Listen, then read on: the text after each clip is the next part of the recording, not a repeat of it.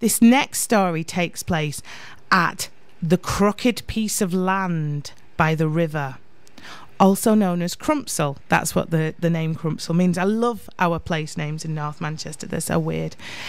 So this story takes place in Crumpsall, and it takes place at the beginning of the 20th century in 1902. Now, in 1902 in Crumpsall, it looked very, very different. We're in the Crumpsall Lane part for this story. And while Crumpsall Lane was there, it was a sort of a more Victorian lane, and most of the houses that are in Crumpsall weren't there. Now, our story starts at a house called the Hermitage. And the Hermitage was, surprise, surprise, where Hermitage Road is now in Crumpsall, so just off Crumpsall Lane, opposite the Cleveland pub. And this part of Crumpsall, in 1902, all that bit of what is now called Crumpsall Green and Higher Crumpsall, was owned by the Earl of Wilton. So we're on the Earl of Wilton's land in a house called the Hermitage, which was inhabited by a man named Fletcher. And in the winter of 1902 was a particularly cold winter, and there was particularly heavy snowfall one night. And early in the morning, Mr. Fletcher was awakened by what sounded like, well, in his sort of half-asleep state, he thought could be the clattering of something on his roof. But he sort of dismissed it, thinking, well, maybe it's the wind. We've had quite a heavy storm. We've had this heavy snowfall. But sure enough, when he came out of his door, there were tracks leading from his house across the land in front of his house, so sort of heading towards Crumpsall Lane. And he thought it was an animal that might have got out. There was a few farms still around there. So, for instance, Willow Hill Farm was still there, and Yew Tree Farm and Ash Tree Farm were still there as well. A lot of the streets in Crumpsall are still named after these farms.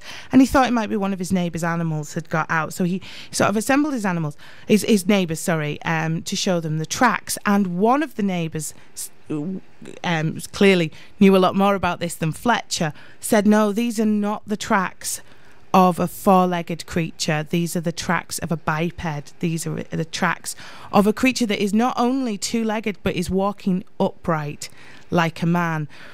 The problem was that these were no human footprints. These were cloven hoof prints going across the snow, about 8.5 inches between them, as if they were being left by something that was striding and upright like a man, with a slightly odd gait and cloven hooves.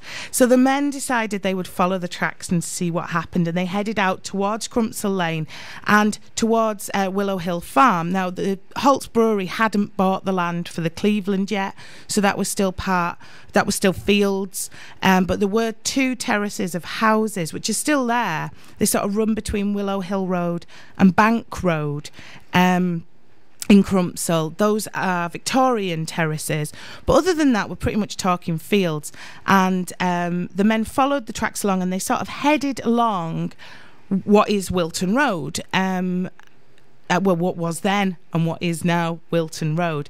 And they sort of followed along past where the Crumpsall Labour Club is now, and the men were, I guess, disturbed, because what these track prints were doing when they passed the odd house that was here and there, the farmhouses that were here and there, and the two terraces of the two Victorian terraces, the tracks would sort of wind around, going up to doors, up to windows, or in one case appearing to almost leap one of the houses.